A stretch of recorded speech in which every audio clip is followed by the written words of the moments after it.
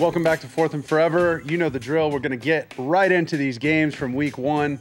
We're going to talk to Travis Kelce and ask him all about the Houston Texans opening game with the Chiefs.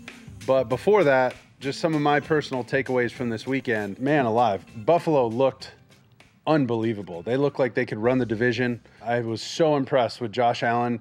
300-plus yards, 2 touchdowns. He was their leading rusher, scored a rushing touchdown.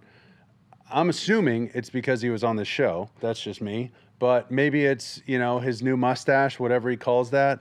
I don't know what it was, but other than the 2 fumbles, they looked lights out. If he continues to play like this, he could be my dark horse for NFL MVP. I know that's a long shot, but that's why it's called the dark horse. I just was so impressed with his ability to see the field. I thought he read the defense so well. He had plenty of time between him and Sam Darnold. It just looked like completely different situations. And part of that is, Josh's supporting cast. He has so much help, whether it's, John Brown, Stephon Diggs, Cole Beasley, Dawson Knox. On the other side, you got Sam Darnold. He's running for his life. He's got very little protection up front, a totally different offensive line that hasn't played together before. So not a lot of continuity up front. They looked like he just looked uncomfortable all day. And, I've been in that situation and it sucks, but their roster right now it's nowhere near the caliber of Buffalo's or even the Patriots. I mean, they're going to have a difficult time competing for the rest of the season. I don't see 6-7 wins maybe. And that might be a stretch. And it's really too bad because they have a great quarterback, and I think they're going in the right direction. They just got to do it soon. He's exposing himself too much because he doesn't have guys open soon enough, and he doesn't have enough time to get the ball to guys that are open. So they got a lot of work to do in New York. But hats off to Josh Allen, man. He was impressive, really impressive. Moving over to another former team, the Chicago Bears, on the road at Detroit. And right before this game, they announced Mitchell Trubisky as their starter. And what happens? Man, I don't know if anybody needed a day like that more than Mitch. And I'm so happy he got it because there was so much scrutiny in the offseason. They signed Nick Foles. He wins this quarterback competition. And now Mitch is named the starter. But people are still questioning things because they brought in Nick Foles. They bring in a Super Bowl MVP and a Super Bowl champion. That lit a fire under Mitch, and he had to go and perform. And so for him to come back the way he did, throw an absolute dime. I mean, people talk about dropping the ball in a trash can. He dropped that thing into an absolute, like a red Solo cup. I mean, that was such a good ball and a great adjustment by the wideout. Just really, really fun to watch him win a game like that because he really needed that right now. And for a quarterback's confidence, that's big time. So hopefully that I know that started their season well, and hopefully they can continue that. Poor Matthew Stafford. He's one of my favorite players to watch because if he's got the ball in his hand, they have a chance to win. He's so gritty. He's so tough. And he is just the comeback kid, in my opinion. I think he's one of the league's best, so underappreciated. And he drives him back down after Mitch throws this amazing ball, but he gives them a chance to win. So that was really, really too bad with that drop there in the end zone. But the Washington football team and their home opener against the Philadelphia Eagles was another telling moment for me this Sunday. It told me a lot about that front in Washington, the Chase Young effect. I mean, these guys had more than a handful of sacks. At one point, I know they were at 7. It seemed like they just had Carson Wentz's number. And some of that, has to be the O-line in Philly, but it also has to come down to the quarterback. And he's got to get rid of a couple of those balls, and then took a bad sack on third down. They're in field goal range in the third quarter where momentum's, ready to shift back to the Eagles after Washington's making a little comeback. But they could have put out that fire and stopped the bleeding, and Carson takes this sack that knocks him way back. They still attempt a field goal, and they end up a couple yards short on the field goal. So without that sack, even if he just fell down right away, instead of losing the 10, 15 yards that he did, they'd have those 3 points, and it just kind of changes the momentum in that ball game. I think that's really where things went south. But accuracy in general for Carson, he struggled this week. 2 plays on the outside right next to the sideline, either comeback routes or kind of like a hinge route, and he left them inside, and the DB, took advantage. One was a little late, and one was just left inside, and he got picked off on both of those. But, the fumble could have gone either way, I think, when he's getting sacked also, but responsible for those 2 turnovers, and Washington really capitalized. But you got Chase Young up front, you got Ryan Kerrigan, you got Montez Sweat in there as well. So that D-line, with the help from guys like Ioannidis, who are doing dirty work on the inside, taking on double teams and muddying up lanes for the running back and stuff. That's a good-looking group. So a great outing by the Washington football team. Some takeaways from the Colts at the Jaguars. Man, it's so weird to see Phillip Rivers in a different uniform, any quarterback in a different uniform after they've been somewhere for so long, whether it's, Cam Newton now in New England or Tom Brady in Tampa Bay. It just looks weird. So that was hard to get used to, and I don't know if I'll ever get used to that. But watching him play, 2 interceptions, one was, early on in the game. They'd already been stopped on a 4th and 1, and he really forced this thing into double coverage on his first pick. And then the second pick was another tight coverage ball thrown, and the DB makes a little bit of a better play on that one, but still dicey to let that one go. So that definitely hurt him. And then for the Colts also, they got the Blankenship, the kicker from Georgia, and he had his struggles last year at Georgia.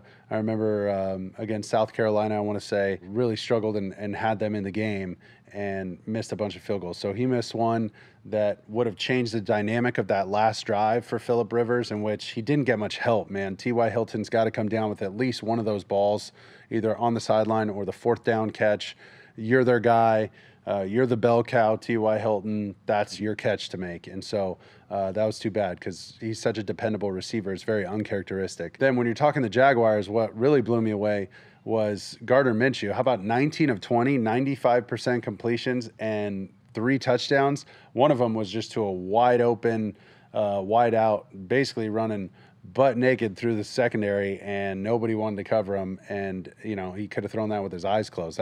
You don't see guys get open like that in the NFL. And Gardner Minshew had a big old smile on his face after that. That was an easy one. But what a great job on his part managing the game. A lot of talk going into the game was about Leonard Fournette leaving and going to the Tampa Bay Buccaneers. What are the Jags going to do? And how about James Robinson?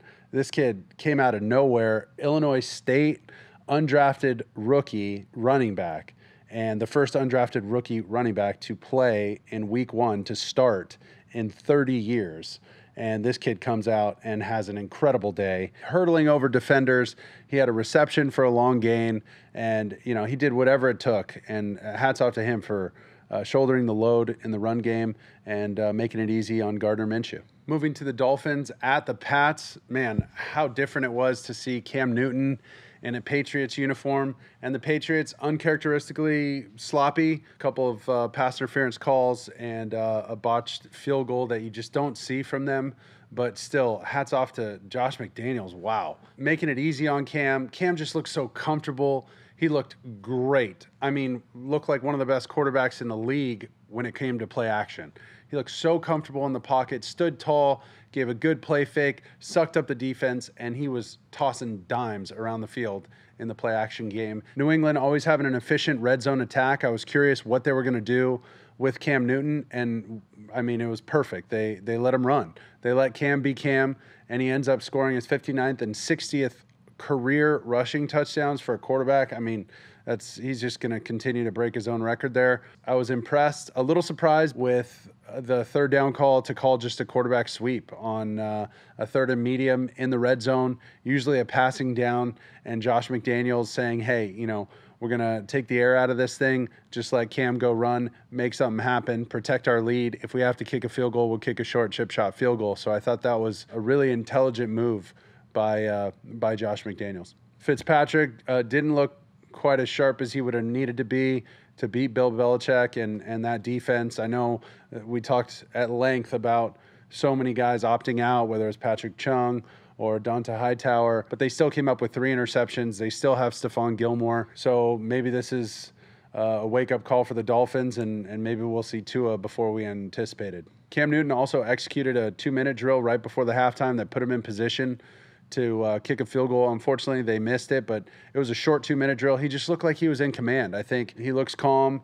I think him and Josh McDaniels, it seems to have a great relationship. I know it's only week 1, but that was a perfect result that they needed to keep gaining trust and keep building that trust between Josh McDaniels and Cam Newton. Now to one of my favorite games of the weekend, God, it already felt like a playoff game or something, but the Bucs at the Saints. The Saints are about as well-oiled a machine as I've seen in recent years. They just continue to reload. Great acquisitions this offseason of Emmanuel Sanders at receiver, but everything they had was on display. It was Kamara, it was Taysom Hill, it was Drew Brees being a normal Drew Brees, completing a bunch of balls, and then their standout on defense was Janoris Jenkins. 9 total tackles and a pick 6. So that brings me back to Brady. Interesting to see him play on a team that's a little looser, made a lot more mistakes than he's, traditionally used to in New England. And I think that's going to take some time to adjust to. And as much as he's going to try and remind players of staying within themselves and not making mistakes that hurt the team, he's got to look at himself as well, because he had 2 picks. One of them just kind of sailed, I think. He was getting a little bit of pressure, and that comes with, playing behind a new offensive line, maybe not having all that trust there, but it kind of just sailed on him. The other one he just missed inside, and Janoris Jenkins took it to the house, took advantage of really what was a bad throw. So he had an out route towards the sideline. He left it short inside. The receiver couldn't come back and make a play on it, and Janoris Jenkins picked that thing and took it the other way for a score. So just too many mistakes by the Bucs, but I still think they're going to be just fine in their division and most likely take the wild card, one of the wild cards out of the NFC. Fourth and Forever, we're back. More importantly, football's back. And more importantly than that, Travis Kelce on the show. We've had his brother before. Don't think that we think you're second class, okay? It's just the way it worked out. But welcome to the show, Travis Kelce, 1-0 on the 2020 season. Congratulations. Thank you, brother. Thank you. It's always good to be 1-0, man. Golly, winning that first game, getting it out the way, get the ball rolling. Everything was smooth on game day, but it's good to be here. The Sanchez, I appreciate you having me on, even if it's after my brother. I get it. Yeah. He's the cooler Kelce anyways. I don't know. We'll find out after this interview. I want to ask you a couple things about him. For sure. Did you catch any? You said you caught some of their game this weekend? I saw the first half. I saw the good half. I did not see. I was going to say, don't watch the second one. I did not see them coming back to win it there in the second half. I thought the Eagles had a pretty good grasp of beating them, but I know. So is football. Any given Sunday, right? Yeah, right. You let teams hang around, and it could get ugly. So that's what you guys didn't do. You guys put it on the Texans early and often. The first question I had for you was this new contract, not just you, but Mahomes as well. What does that investment from the Chiefs in you mean? And then the second part is any big purchases. Like, what did you buy me? Because I still haven't gotten anything in the mail.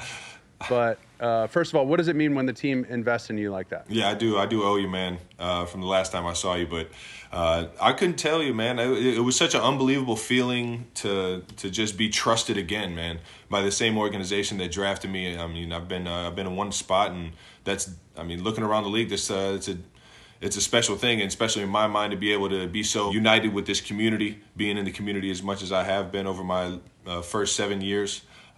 And Kansas City has just been unbelievable to me, feeding that energy right back to me, man. I've loved living here ever since I got here, and shout out to the Chiefs for trusting in me for the next 6 years to get stuff done. Very good. And then what'd you get? What'd you buy? Nice dinner for somebody. You know what? It see, the thing is, when I signed it, they weren't doing any signing bonuses, so it's just like right now it's just like kind of the same, bank account. So right now I'm just kind of just chilling, just hanging, trying to make $1, man. Okay, balling on a budget. Exactly. I get it. That's fine. Exactly. I don't have anything planned anytime soon. I still got to work on the pool, man. I got to work on the pool. It looks like a swamp back there, man. All bad. I want to talk about your family because I know we've had your brother on the show. He obviously in Philly.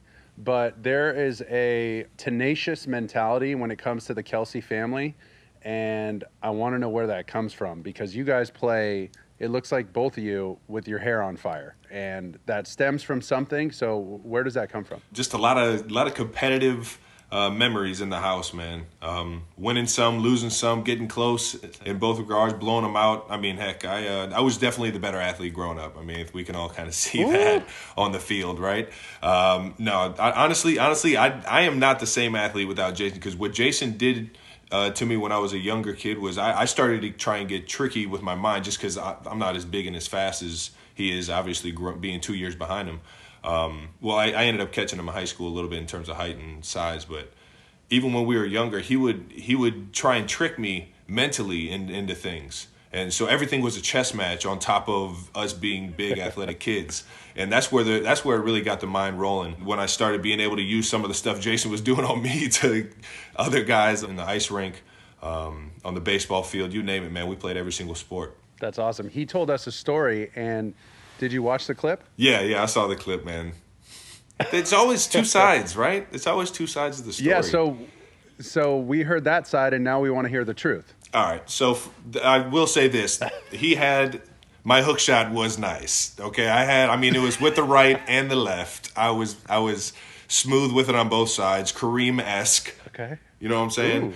If I had handles, I might have a basketball career, but I couldn't dribble. Okay. I was on like a 2-dribble limit.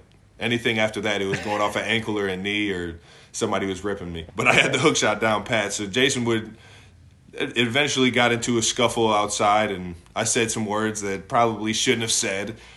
Came inside, and Jason just right into the mouth, and from that point, I just scooped him. I was like, I know my punches ain't gonna do much to this guy. I mean, he's like a brick wall, man. Trying to punch that dude isn't gonna. Yeah. You gotta have heavy hands for it to affect Jason, man. And trust me, I've seen it, and I've tried.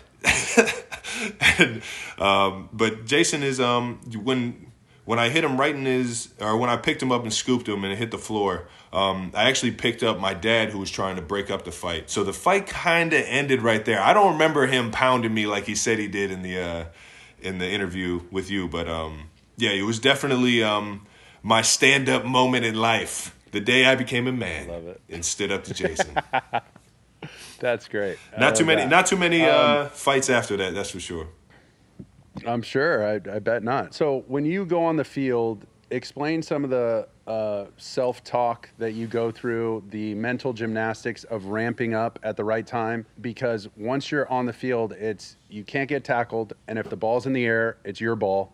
That's what it looks like when we watch you play. Mm-hmm. So for younger kids and viewers out there, how do you get there? What switch do you have to flip? The switch, man. Yeah, you got to switch that flip into, I like to call it a professional mind state, or a mind frame, however you want to describe it. But it's just the state of mind that you have to go into in terms of how focused you are on the task at hand, and how, and really the routine of things right when it breaks the huddle. So you got to hear the huddle. You got to hear the call in the huddle. When you leave the huddle, you look at the defense and you see what they're in. So it's like you're nonstop trying to read the defense and figure out, all right, if this is what the defense is in, this is how I'm going to run my route, or this is how I'm going to block this guy. And mentally, being on offense, I think a lot of guys, and I definitely got caught into this early in my career, was that I was going out there and just running, trying to read the defense instead of trusting what I saw pre-snap and just reacting to anything different. I would slow, and I was playing slower than I should have. Where now I feel like being on the attack, the defense is in a reactionary position. I want to say they shouldn't have the advantage because there's a lot of guys out there that are very good at what they do. But at the same time, they have to react to us no matter what. They can anticipate things, but they can't like be spot on every single time. So being the attacker, not reading it out and trying to base things off of what they're doing necessarily all the time, and being the attacker, being the aggressor, being the one that you have to stop me, that type of mentality, when you walk up to the line of scrimmage and just come off like a Tasmanian devil, man, controlled chaos. Dudes don't want to be a part of that, man. It's just a different world. I love that. That's great. That's perfect. It had to feel great, but how good did it feel? Tell me how good did it feel to be back on the field, because the season was up in the air with everything going on after your guys' game, but Saturday before the first Sunday of NFL football, the league goes through 5,000 tests, all negative tests. So you guys are obviously on the right track, but how good did it feel to get on the field? Man, it was it's here, man. It's here, and it's going, and it's working. And guys just got to stay accountable with what they're doing. Don't get lazy in the process, because that's when it's going to come and bite you, man. And I think it's a testament to the organizations for making the buildings safe and keeping everything regulated in terms of the tier system and all that stuff. I think right now it's well thought out, it's well planned out, and we'll see how it goes. But I've felt comfortable going into the office and not being on the field, not wearing a mask and things like that, just because guys are doing everything that you're doing in terms of being safe and being cautious of everything. Right. But man, it felt good, man. We got to go out there in front of the fans. I don't know. That was my next question. Next week in LA, man, we're gonna have our first game without fans, and I mean, I was watching it online, and not online, but on the TV, and it just there's certain energy, man. There's certain energy that the fans bring that make the feeling of a Sunday football what it is. And not having them there, it only being half full like it was for us last Thursday. I mean, even that felt awkward. It almost felt like a preseason game. I mean, the Chiefs fans, they brought it, and the energy was there. And there was even a third down where it was hard to communicate for the Texans because of how loud it was. Right, but I saw that. At the same time, it was just like, it's just not there. We had I felt like the energy on the sideline had to almost be something you'd think about, like, oh man, let's bring it. Create the energy. Don't ever let it be a dull moment so that we don't let these guys stick around. You catch the touchdown pass. I see you go in motion. It looks like you guys are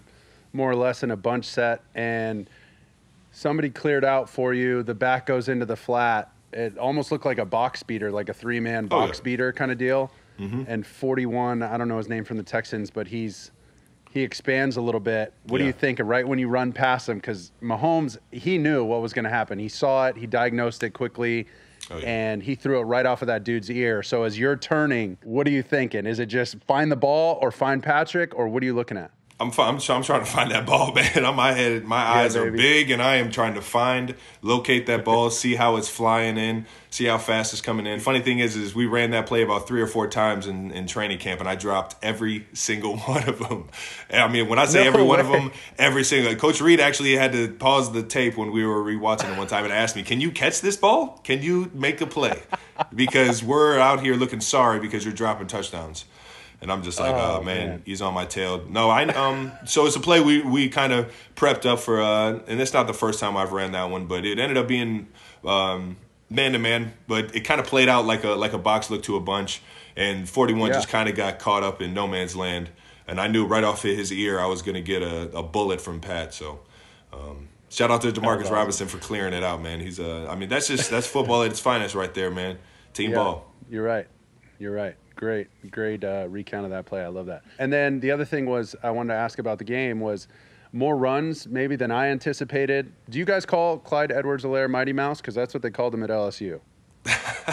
That's what Coach Reed calls him. He probably caught wind of the coaches back there calling him Mighty Mouse, man. But I mean, he's every bit of it. I'll tell you that, man. That dude. And was that the plan going into it? Like, hey, man, we can ride this kid because we trust him, or this is the look we're getting from the Texans? What went into calling that many runs?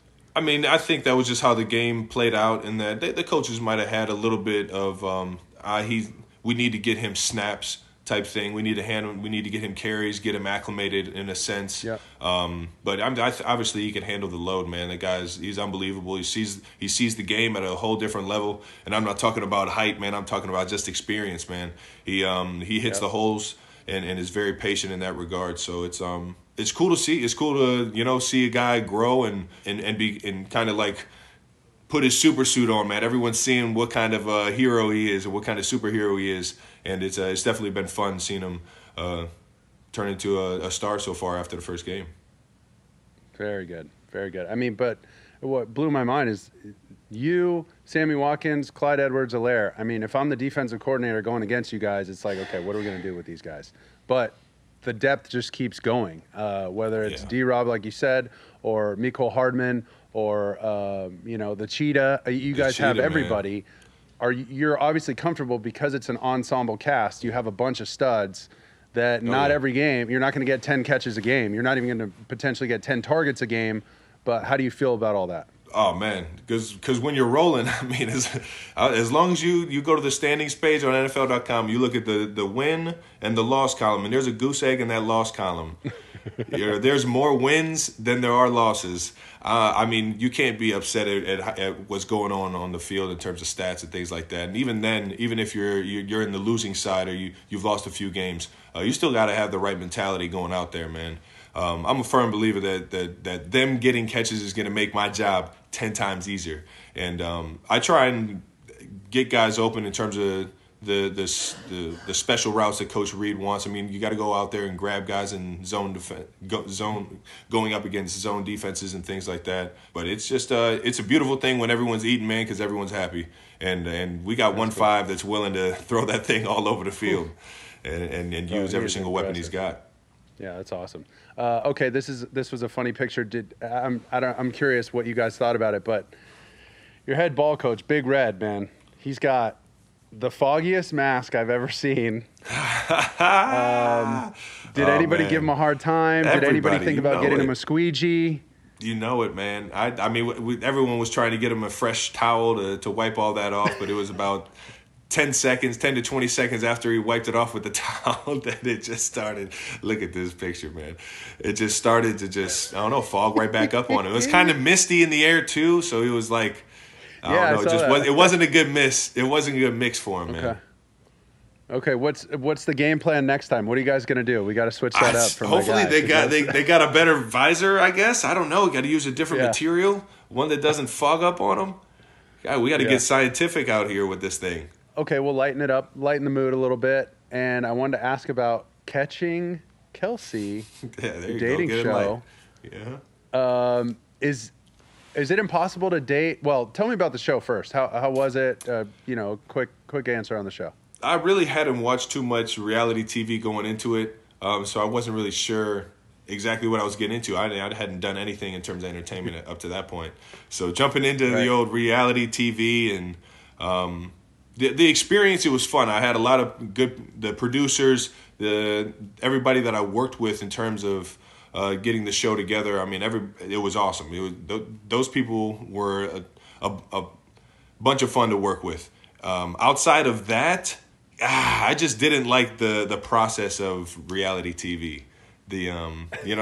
I don't want to throw shade at whoever does it because it's for somebody. It's just not for me, and I found that out real quick.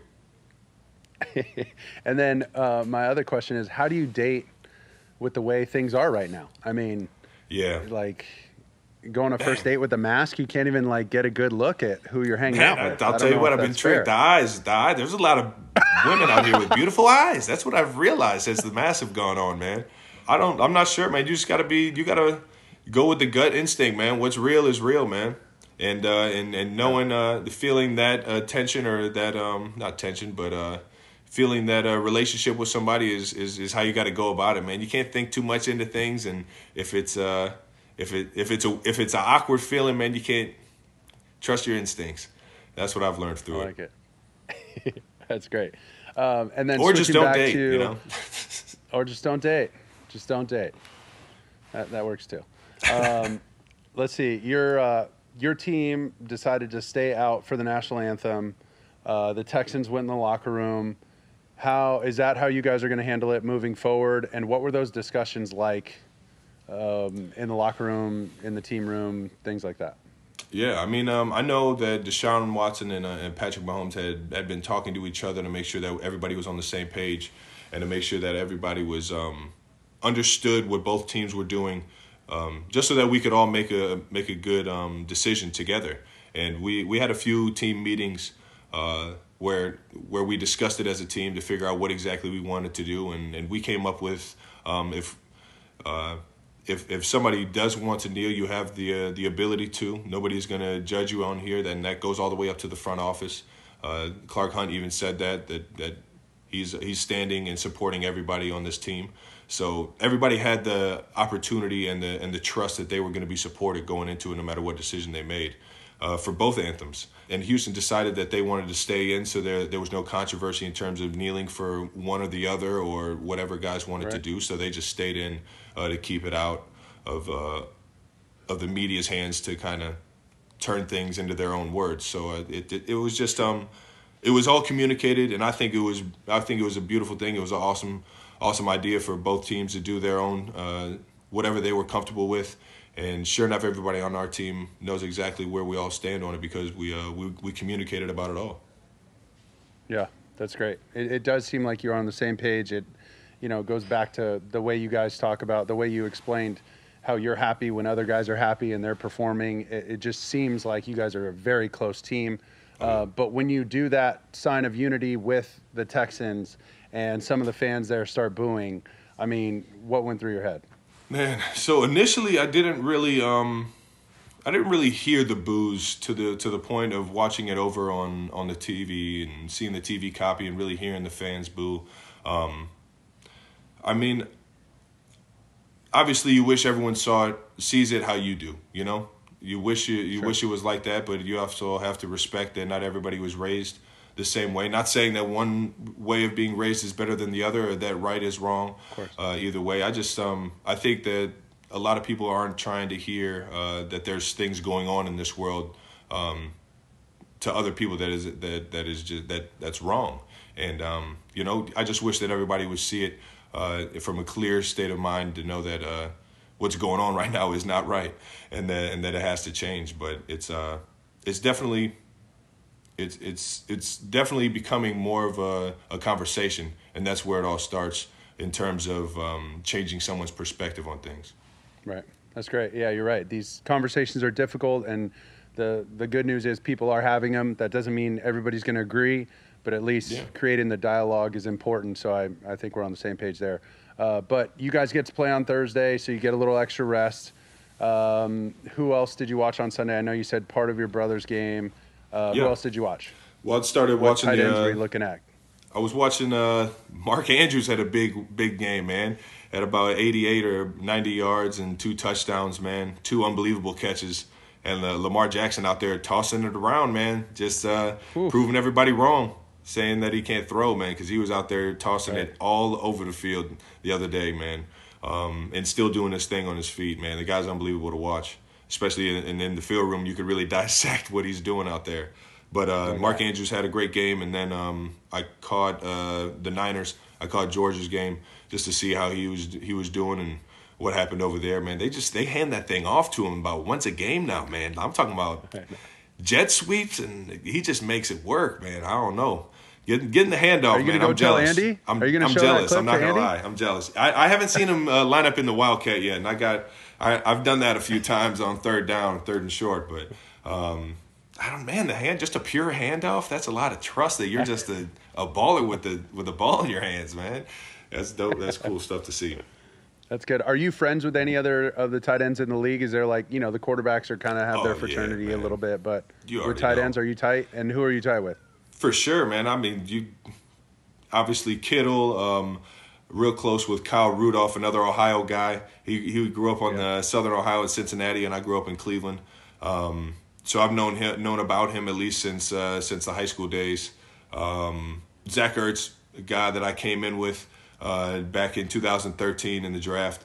Guy I've actually learned a lot from in terms of route running and things like that. And then Greg Olsen. I was just on his podcast, his Tight End One podcast, where he talks to a lot of tight ends throughout the eras, all dating all the way back to Ditka, and it's pretty cool. It's a fun listen for everybody. If you had to rank your top 5, you were drafted like the 5th tight end taken in your class? Yeah, I think I was 4 or 5. You're proving people wrong too, like you said about Lamar.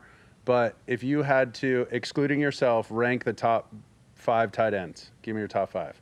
Man, I mean, you got to go Kittle 1, man. That guy. It doesn't have to be in order, just your top 5. Oh, okay. I'll throw Kittle, Mark Andrews, just the way he's been coming on the scene the past 2 years. He's in there. Ertz is definitely up there. No question about that. This is where it gets like a little tricky. Man. Rudolph?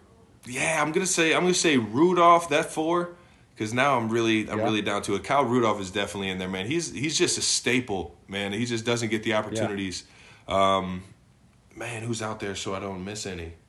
I can't think of any others. I'm gonna go Darren Waller, man. That dude is I've seen him 2 times out of the year for the past 2 years, and that dude is he's a big physical, just a mismatch anywhere on the field, man. Can run routes and can play physical inside. So I'm gonna throw him in there. Nice. And then any guys under the radar, young guys that you think had a great year last year, or even rookies you're looking out for. Somebody that I love watching was Dawson Knox. Oh, we didn't talk about Gronk either, but Gronk. Oh, yeah, Gronk. And then what about Dawson Knox? Man, Dawson Knox, I think he is slowly becoming like a weapon for him over there, like literally like drawing up plays for him. He was kind of a guy that they would kind of hide in terms of scheme and things like that. But I think that he's starting to become a staple in that offense. So when I think of tight ends, if you're like a good tight end, to me, the threshold you have to break through, like the day you scooped up your brother Jason, that was like the day you become a man. To me, when you're a good enough tight end that they're going to throw a screen to you, that's like, all right, this guy can ball, right? And you guys did it the other day. You got the backs going different ways. Mm-hmm. Mahomes is pumping, boom, and just dumps it to you. But Gronk had one against the Saints, and they did one to Dawson Knox with the Bills. But, like, how excited are you when it's screen to Y? Just tell me. Oh, man. To be honest, man, I get a little shaky on a few different looks. I don't know. It's all about a free rush. If you can get a guy one-on-one, a clean one-on-one rush, you're good. You're golden.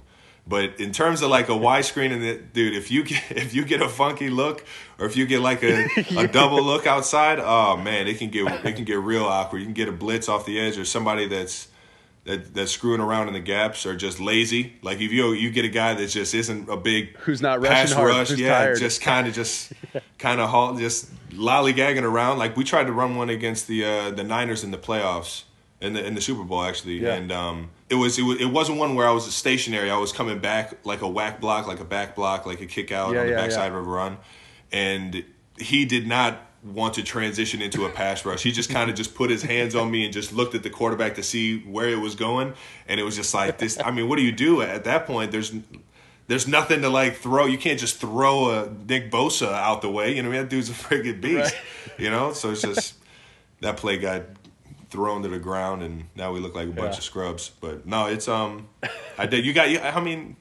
can you not get excited getting the screen, man? You get to have the big old lineman running down the field like some wild bull, just throwing their body at defenders, man. It's some of the best. So now you're getting ready for a divisional opponent. Oh, the Chargers, obviously. And did you ever have any conversations with Antonio Gates? And what were those like? Sure, did you kind of look up to him, or? Oh, without a doubt. So my first dream was hoops. So when I was talking about the hook shot and me not being able to dribble, that stings, because I wish I was in the NBA, or I still dream about being in the NBA even as a 30-year-old man. But it's hoops was where it all started for me, and being a kid in Northeast Ohio, and I mean you got the MAC all over Ohio, MAC football or MAC basketball, and he went to Kent State.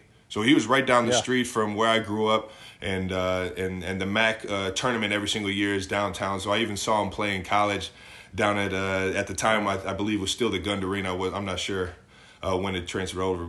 So I saw him play in college, and then obviously to watch him go and put up Hall of Fame numbers out in San Diego and then Los Angeles now. It's definitely cool to. Well, I can't even say now. I don't know. Is he retired? Is he not retired?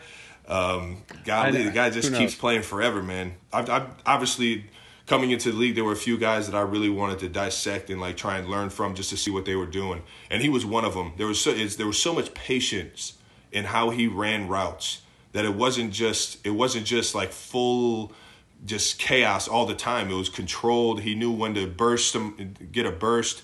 He played with his speed at such a big size, and then just used his body as a basketball player to go and get the rebound, man, every single time.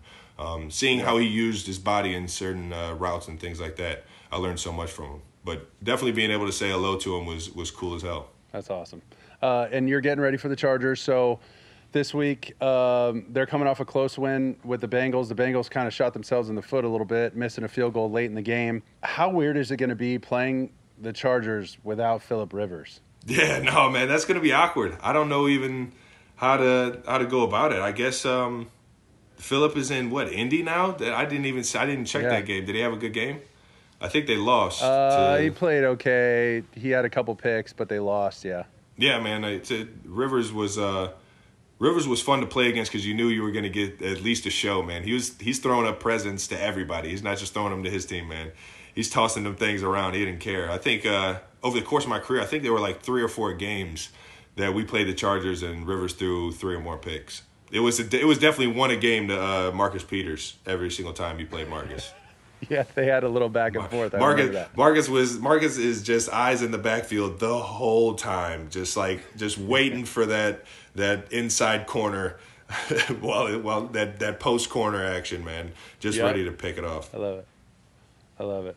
And then, what are you looking for against the Chargers? I mean, it's still early. You guys will put your game plan in, you know, as the week goes on. But they're pretty consistent in what they do, though, man. Yeah. Defensively, without Derwin James, I mean, how big of a loss for them? I mean, I hate to see it, man, because he's such a good player. I love going up against the best, man, and he's one of the best in the league right now at his position.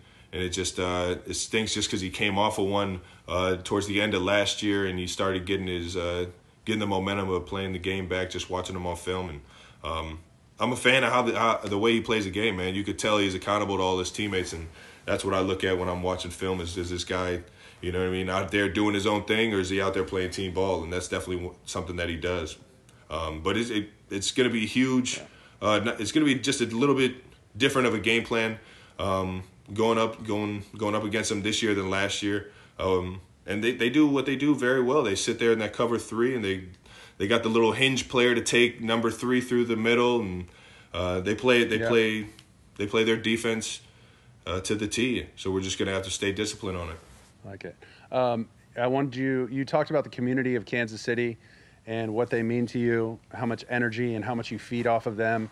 But there was a lot going on that you do for the community, and I wanted to talk about your charity a little bit. But I also heard a story about a Bronco that you built, a special Bronco. And then, well, you explain the story about the Bronco. Yeah, so, I mean, the Bronco came about. Ome's reached out and wanted to do something through a foundation to kind of raise money and raise awareness. And Ome, I mean, I was more than happy to get in there. Being in that Bronco, because it was fully restored. Like, everything on that thing looked absolutely brand new, like it was a fresh car. And I believe it was I forget what it was. It might have been in the 80s, or I believe it was an 80 Bronco or 70s Bronco. But the frame on it was old school, and everything looked brand new on it. And it was just it was such a cool experience to be able to, I don't know, raise money that way. I guess I had never just been trying to auction off a car, I guess. But my foundation, 87 and Running, is it helps out both the Kansas City area kids as well as my hometown, Cleveland, Ohio. Both communities I care, and I love so much for how they've helped me grow into a man, and I just want to be able to give back in that regard. Whether it's helping a kid find a path in life, or whether it's helping a kid, you know what I mean, build on what he or she is truly passionate about. And I've teamed up with Operation Breakthrough, which is a unbelievable school around here that helps out inner city kids that don't have the easiest or the best situations at home. So what they do is they provide just about everything for them. And when I jumped on board, they were expanding the school into a STEM system, a STEM lab, everything you could think of in terms of having a certain career. It's there. I mean, they have a kitchen, they have an art studio, they have robotics lab. That's what I helped bring there, as a robotics lab. 87 and Running robotics lab. And now that I've seen them grow over the past 7 years, I'm trying to get a teenage co-working spot for the kids that grew out of Operation Breakthrough, which is right now just kindergarten through 8th grade. So doing a lot in the community, and just trying to give as much back to the community as they've been giving me over the past years. So cool. Between you and your brother, clearly raised the right way, and great set of parents. But those are the kind of things that you look at, and you're just proud to have ever been associated with people like you because of what you do for the community and recognizing your platform. That's awesome, man. We appreciate you talking about that. And then where would they go? So 87andrunning.com. Give me the plug for your charity so people can go check it out. Just go to 87running.org. Okay. And then we want to do the GQ spread face-off. Me versus you. Do we have those clips to show them? Ooh, baby. Ooh. What are we looking at here? You got a little pompadour going. What we got, man? What am I, a leprechaun? Why is my beard so red? Did you know they painted that sweater on me? That thing is snug, man. Too. That is a deep V-neck. That is a deep V-neck. God, Look at that, man. It used to be so much bigger. Dang. What a loser. Man, oh man. I got the high water pants going. Got the top of the boots. Look at that. What a stud look. What a stud look. Got the comb up. Not the comb over, not the comb up, yeah. Just the comb up. Golly. The pompadour, dude. That's nice. That's solid. Was there a fan blowing that up, or what was going on? It looks like it. I can't remember. It was a little while ago. No, I think that's just some good product, is what that is. That's great product. Well, at least you can tell your kids, you know, hey man, I was in GQ. If you get old and overweight and out of shape, you know. Oh man, you always definitely, have those to look back on. It was a fun shoot. And then we're going to go through some pictures. We're going to call this segment Fly or Buy. It's kind of like Hot or Not. And you're going to tell me what you think. Let's go Alvin Kamara. Do we like this outfit? The I'm mock saying turtleneck? Fly, man. I like that. Got the turtleneck with the nice, what is that? Is that a violet? What is that? It's all about the color. And it can't just be like a purple. You can't just say that's purple. That's something more extravagant. Oh, yeah. That's like one of the 64 crayon box colors. That's a weird one. Yeah, you definitely got to get that one for sure. It almost looks like next one. A purple frosting. Ooh. Man. Hello. The red dreads. Bold statement. Red dreads. Are you ever going to dye your hair red? You know what? I don't know. Can never say never. I might lose a bet late in life. You never know. But I don't see it happening anytime soon. Dude, I say shave it, and go red mohawk. Go like Avril Lavigne, just like go full rocker. Just strong. Red hair. Get some hair whips going. Okay, next one. Golly. Oh, Deshaun, this is what he wore to the game. I'm going thumbs up for sure. I'm in. Yeah. I'm in. That's a smooth look. It's a smooth look. And look at that background. That's Arrowhead Stadium. That's inside Arrowhead Stadium right there. So it's definitely a good look. Yeah, baby. Okay, next one.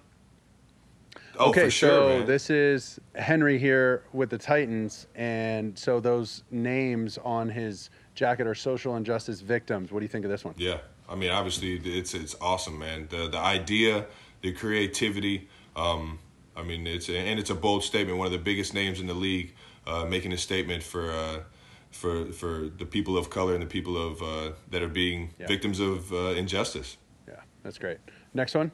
Oh man, who's Joe this? Burrow. Who is this? Joe Burrow? This dude looks great. Look at this guy. Look at this guy. What is this? Joseph A. Banks? Man, he's killing it. You kidding me? Golly, he's got a suit deal for sure. He's got a suit deal for sure. Yeah. That's a nice. It's a nice olive window paint. Can't go wrong with it.